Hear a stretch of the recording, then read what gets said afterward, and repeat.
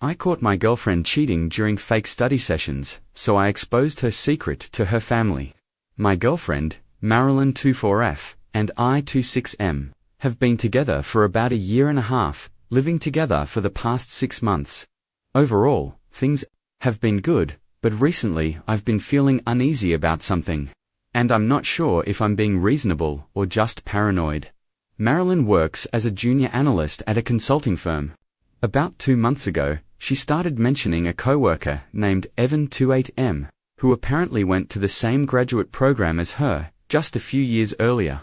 Marilyn said that Evan has been really helpful in explaining some of the more complex client work and has offered to help her study for an upcoming certification exam that could lead to a promotion.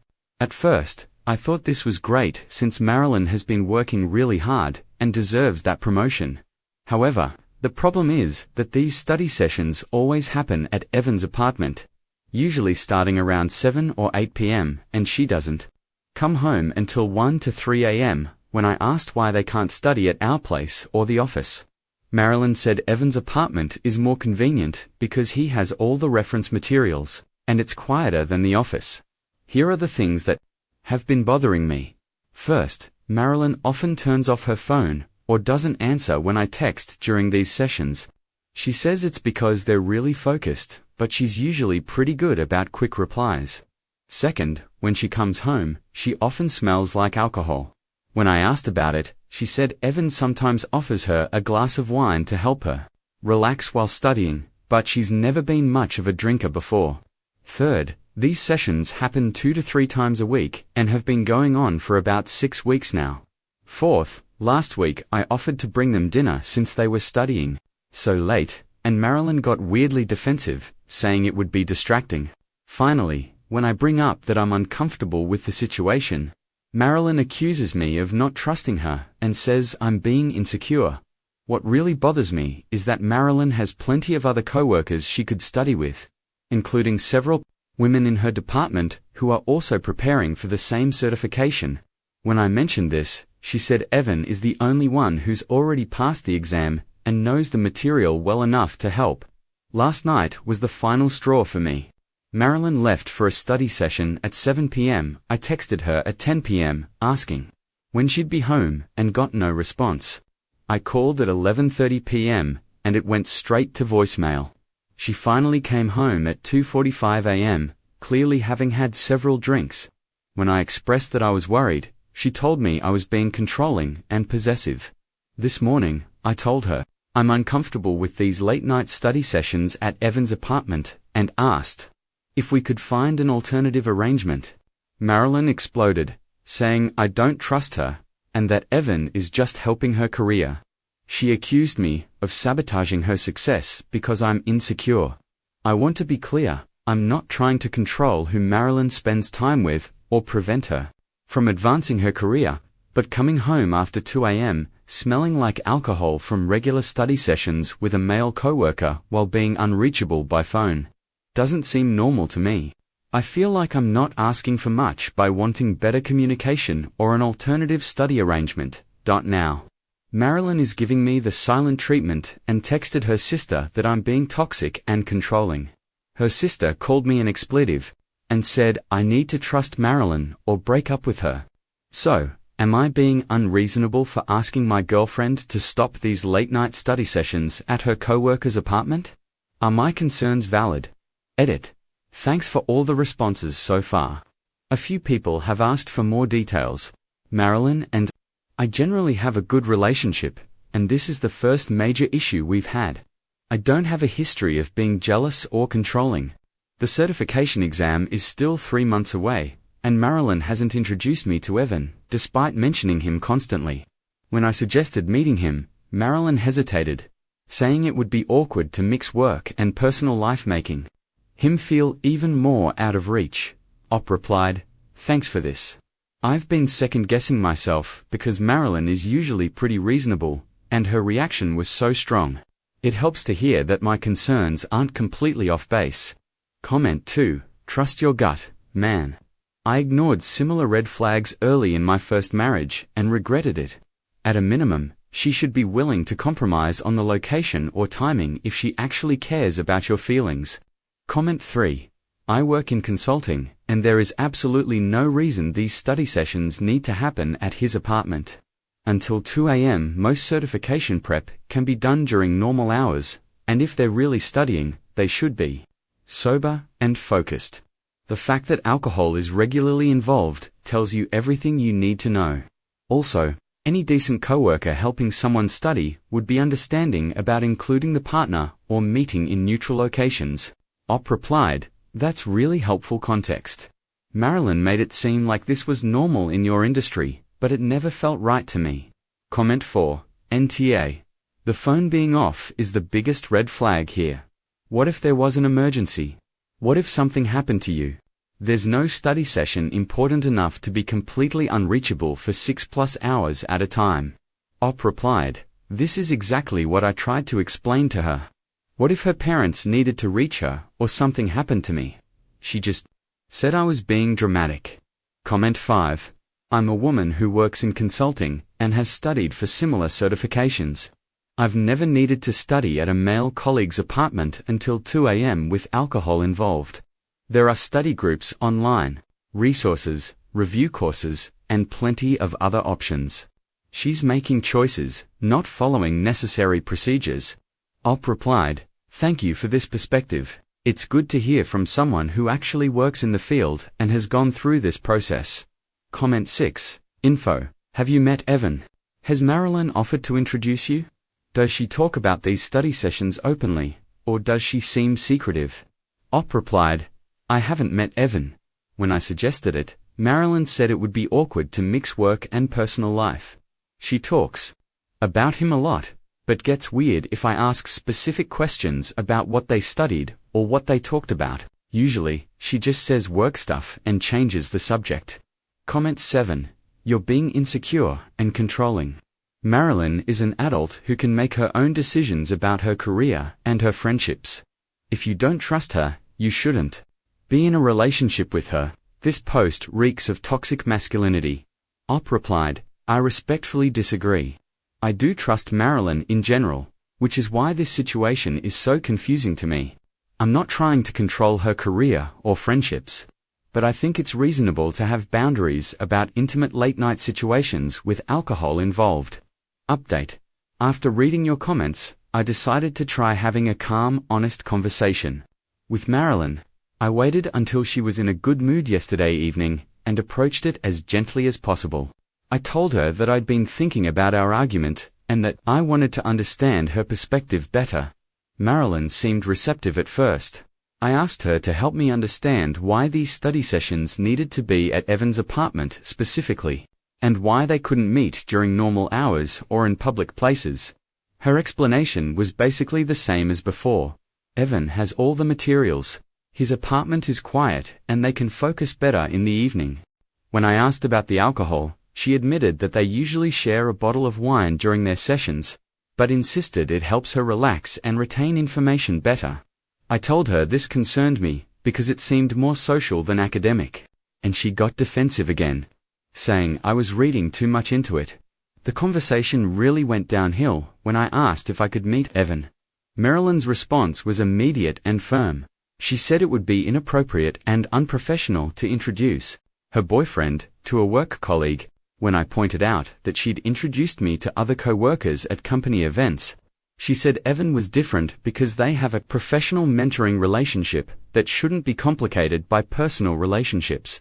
I tried to stay calm and asked if there was any compromise we could reach, maybe studying at our place sometimes, or having me pick her up so she didn't have to drive after drinking.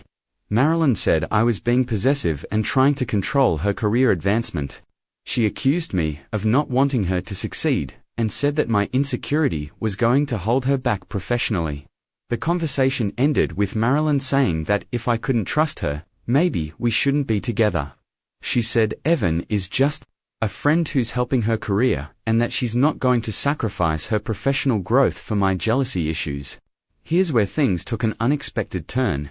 After Marilyn left early for work this morning, I ran into my friend Sylvia right outside our apartment. Sylvia and Marilyn have been close friends since college. And she also works at the same consulting firm, albeit in a different department. Sylvia asked how I was doing and mentioned that she heard Marilyn and I were having some relationship issues. I didn't want to get into details, but Sylvia brought up the certification exam and said she'd been thinking about studying for it too. She asked if I thought Marilyn would be willing to include her in the study group with Evan. I was confused and asked what she meant. Sylvia said, "You know the study sessions they've been having. I've been wanting to join but wasn't sure if they'd want another person." I realized Sylvia didn't know these sessions were happening at Evan's apartment or that they were just the two of them. When I mentioned this, Sylvia looked genuinely surprised. She said she'd assumed it was a single thing, and that's why she hadn't been invited. This led to a longer conversation where I learned some concerning things. 1. Sylvia and 2 other female colleagues are also studying for the same certification. None of them have been invited to study with Evan, despite him supposedly being the expert. And 3. Sylvia had actually asked Marilyn a few weeks ago if she wanted to form a study group, but Marilyn declined, saying she had it handled. According to Sylvia, there are several senior colleagues who have passed this certification and would be available to help not just Evan. Sylvia seemed genuinely concerned when I explained the situation. She said it was weird that Marilyn wouldn't want to study with other people if she was really focused on passing the exam, since group study is usually more effective. After talking to Sylvia, I'm even more convinced that something inappropriate is happening. If these were really just study sessions, why wouldn't Marilyn include her other colleagues who are preparing for the same exam? When Marilyn came home tonight, I decided to ask her about it. I mentioned that I'd run into Sylvia and learned that she and others were also studying for the certification. I suggested that maybe Marilyn could invite them to join her sessions with Evan. Marilyn's reaction was immediate and angry. She said I had no right to discuss our relationship issues with her friends, and that I was trying to sabotage her study arrangement. When I pointed out that studying with a group might actually be more effective, she said Evan's teaching style works specifically for her and that other people would be a distraction. I asked her directly, if this is really just about studying, why can't Sylvia or the others join sometimes? Marilyn said I was interrogating her and that she didn't need to justify her study methods to me. The conversation ended with Marilyn saying she's going to Evan's tomorrow night, as planned, and that if I can't handle it, I should figure out what I want to do about it. She's now staying in the guest room and won't speak to me. I feel like I'm going crazy here. Everything Marilyn says technically makes sense, but her behavior and reactions don't match someone who's just innocently studying with a colleague. The fact that she won't include other people who are studying for the same exam, won't let me meet Evan, and gets furious whenever I ask questions, makes me think something else is going on. I'm starting to consider some of the suggestions from my original post about showing up at Evan's apartment, but I don't want to be that guy who doesn't trust his girlfriend. At the same time, I feel like I'm being gaslighted. What would you do in this situation? Sylvia found this in the comment section. She said, "Hi, this is Sylvia. I am a lurker and found this post, and I wanted to clarify a few things. Everything Op said about our conversation is accurate. I am genuinely concerned about Marilyn's behavior because it's not normal in our industry. Several of us have been confused about why she wouldn't want study partners when we're all working toward the same goal. The fact that she's keeping this so separate from her other friendships is a huge red flag." Op replied, Sylvia, I can't believe you found this and decided to comment. Thank you for backing me up. I've been feeling like I'm losing my mind. Another commenter said, just go to Evan's apartment next time she's there. You'll get your answer real quick. If they're really studying, they'll be at a table with books and notes. If they're not, well then you'll know. OP replied, I've been considering this, but I'm worried about crossing a line. What if I'm wrong, and I end up looking like a psycho boyfriend? A third commenter said, the fact that her colleague Sylvia confirmed your suspicions changes everything. This isn't about you being insecure anymore. You have objective evidence that Marilyn's behavior is unusual and secretive. Trust your gut, Op replied. That's exactly how I feel. Sylvia's perspective really validated that this isn't normal workplace behavior. The fact that she's staying in the guest room and giving you the silent treatment for asking reasonable questions tells you everything. People who are being honest don't react this defensively to fair questions from their partners. Replied, "You're right. If I were in her position and my concerns were really unfounded, I would want to reassure her, not punish her for asking." Update 2. This is probably going to be my final update, and it's not the one I was hoping to write. After the conversation, with Sylvia and Marilyn's increasingly defensive behavior, I decided I needed to know the truth, one way or another. I know some of you advised me to just show up at Evan's apartment, and while part of me was afraid of looking like a paranoid boyfriend, I realized I was already living in a relationship without trust or communication. Last night, Marilyn left for another study session at 7 p.m. as usual. She kissed me goodbye like normal, but seemed a bit tense. I waited about an hour, then decided to drive over to Evan's apartment complex, using the excuse that I was bringing them coffee and snacks since they were working so hard. I knew Evan's address because Marilyn had mentioned the building before, and I was able to find his unit number by checking the building directory. When I got to his door at around 8:30 p.m., I could hear music playing inside, but not the kind of focused silence you'd expect from people studying. I knocked on the door and waited. It took about 3 minutes for someone to answer, which seemed strange if they were just sitting at a table studying. When Evan finally opened the door, he was clearly flustered. He was wearing a t-shirt and sweatpants, and his hair was messy. He definitely wasn't expecting to see me. "Oh, hi," he said.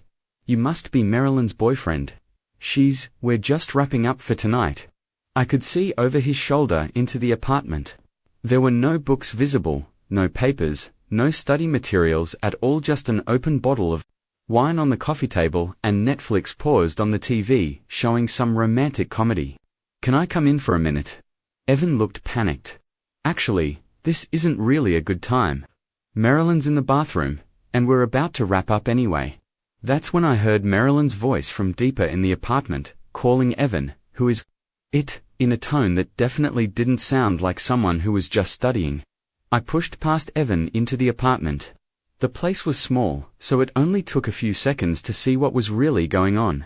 Marilyn emerged from what was clearly Evan's bedroom, wearing only Evan's button-down shirt, and obviously nothing else. Her hair was disheveled, and she had that post-sex look that I knew well from our own relationship. The three of us just stood there for a moment in complete silence. Marilyn's face went from confused to horrified as she realized what had just happened. "This isn't what it looks like," she started to say, but honestly, what else could it look like? I pulled out my phone and started recording. "So this is studying?" I asked Marilyn. "Can you explain to me how this constitutes certification exam prep? Don't you dare record this."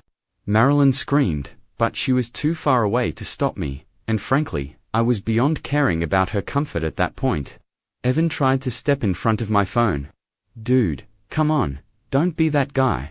I laughed. "I'm not the guy, my girlfriend," while pretending it's a study session.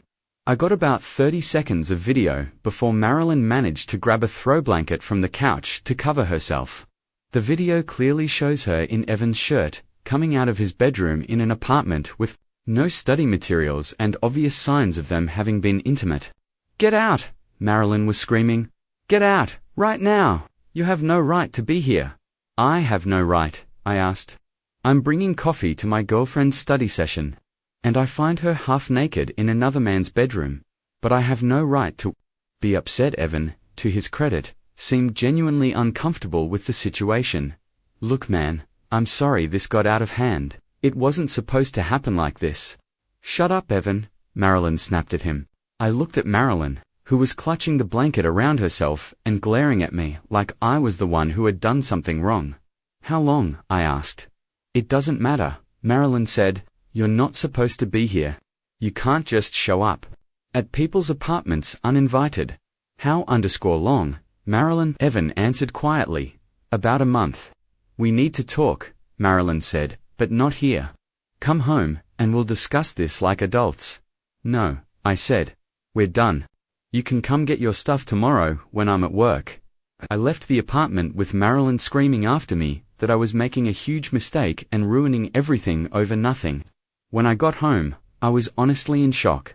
I had hoped I was wrong, and that I'd show up and find them actually studying, which would make me look like an idiot, but at least I'd still have a relationship. I sat in my car in our driveway for probably 20 minutes, just trying to process what had happened. Then, I started getting angry. That's when I made a decision that I'm not entirely proud of, but I'm not entirely sorry about either. Marilyn comes from a very religious family. Her parents are deeply Catholic, and her 3 siblings are all very involved in their church. They are good people, but they have very traditional values about relationships and marriage. Marilyn has always been the good girl of the family, and her parents absolutely adore her. I sent the video to her parents and all 3 of her siblings. I included a message explaining that I discovered Marilyn had been lying to me for months about studying with a coworker, and that when I went to check on her, I found them together in his bedroom. I said I was heartbroken and disappointed, and that I thought they should know the relationship they'd been supportive of was based on lies. Within an hour, my phone was blowing up. First, Marilyn's mum called me crying, asking if the video was real. Then her dad called, furious, demanding to know what kind of man I was for humiliating his daughter publicly. After that, Marilyn's siblings started calling, and finally, Marilyn called me. Absolutely hysterical. "How could you do this to me?" she screamed. "You've ruined my relationship with my family. My parents are devastated. My dad is talking about cutting me off financially. You ruined your relationship with your family when you decided to cheat." I said, "I just made sure they knew the truth. This is revenge. This is cruel and vindictive. You're trying to destroy my life," she continued. I replied, "Marilyn, you destroyed our life when you started sleeping with Evan a month ago. You destroyed it when you lied to my face every day for weeks. You destroyed it when you made me think I was crazy for having normal concerns about my girlfriend's behavior. I made a mistake. People make mistakes," she insisted. "This doesn't mean our whole relationship should be over." I shot back. "A mistake is forgetting to take out the trash or double booking dinner plans. Having an affair for a month isn't a mistake, it's a choice." Marilyn tried to convince me to delete the video, as if that were possible. She said she'd end things with Evan, and we could go to counseling. She said she'd do anything to make it right. But here's the thing. I realized that even if she hadn't cheated, our relationship was already over. This morning, Marilyn came by while I was at work to get her stuff. My neighbor texted me that she had arrived with Evan and 2 other friends, and that they loaded up a U-Haul pretty quickly. She left her key on the kitchen counter, along with a note that said, "I hope you're happy. You've destroyed my family relationships and humiliated me in the worst possible way. What you did was worse than anything I did. I hope it was worth it." Honestly, it was worth it. Sylvia texted me this morning to say she was proud of me for standing up for myself, and that several people at Marilyn's work had heard about what happened. Apparently, Evan is married, which I didn't know, but Sylvia found out about the affair, so there were more consequences than just what I intended. But honestly, if you're going to have an affair, you can't control how far the fallout spreads. Thanks to everyone who commented on my previous posts. Your support and perspectives helped me realize that I wasn't being unreasonable and gave me the courage to trust my instincts. Edit. A lot of people are asking about Evan being married. I found this out through Sylvia after everything went down. Apparently, it's not widely known at their office that he's married because his wife lives in another city for work. But a few people knew.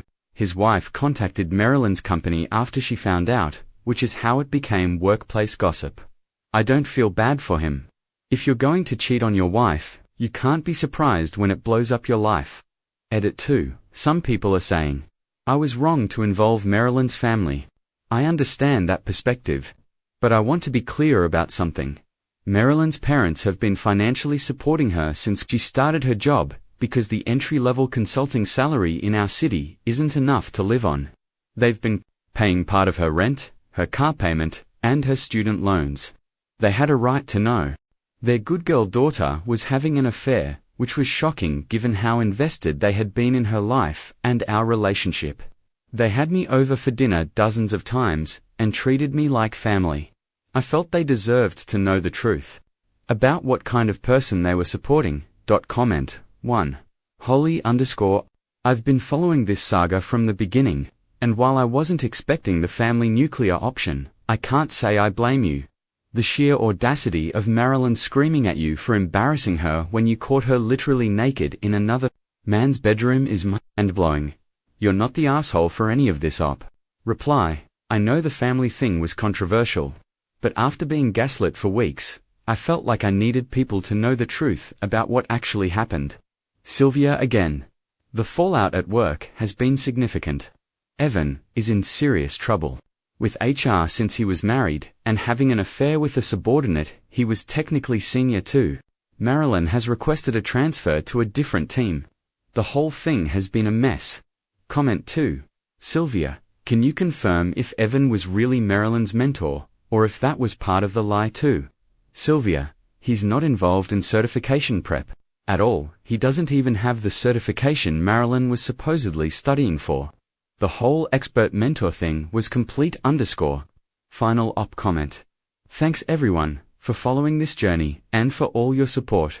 I wanted to give one final update since a lot of people have been asking how I'm doing. It's been a week since everything blew up, and honestly, I feel better than I have in months. The constant anxiety and self-doubt are gone. I'm sleeping better. And I'm not walking on eggshells anymore. I heard through Sylvia that Marilyn is staying with her older sister temporarily, and things with her parents are still rocky. Her dad apparently told her she needs to examine her moral compass before they'll resume normal contact. I don't take pleasure in her family drama, but I also don't regret my actions. Evan got fired yesterday. Apparently, the combination of the affair, the misrepresentation about the certification expertise, and the fact that he was technically in a supervisory position over Marilyn made it an easy decision for HR. His wife is proceeding with the divorce. Thanks again to everyone who helped me trust my instincts. You probably saved me months or years of being in a relationship built on lies. I'm going to step away from Reddit for a while and focus on moving forward. But I'll update everyone in a few months on how things are going.